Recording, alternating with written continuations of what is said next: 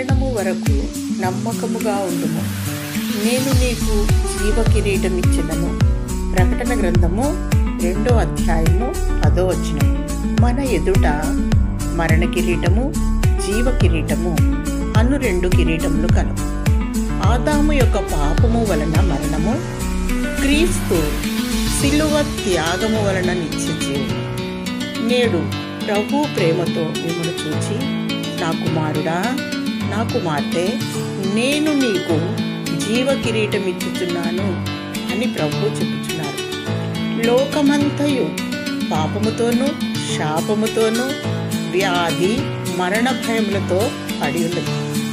పాపము వలన వచ్చు జీతము మరణం, విశ్వసించువాడే నిత్య జీవము కలవాడు.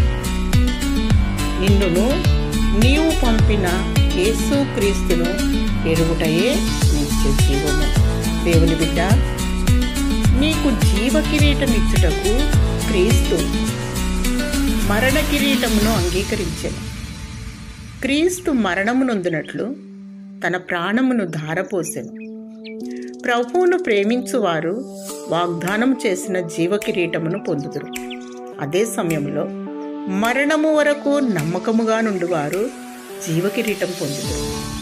మనం ఒక తీర్మానంలోనికి వచ్చిన వారంగా, గాఢాంధకారపు లోయలలో నేను సంచరించినాను, ఏ అపాయమునకు భయపడను, నీవు నాకు తోడై ఉన్నావు. ఎందుకంటే మనకు మరణ భయం లేదు.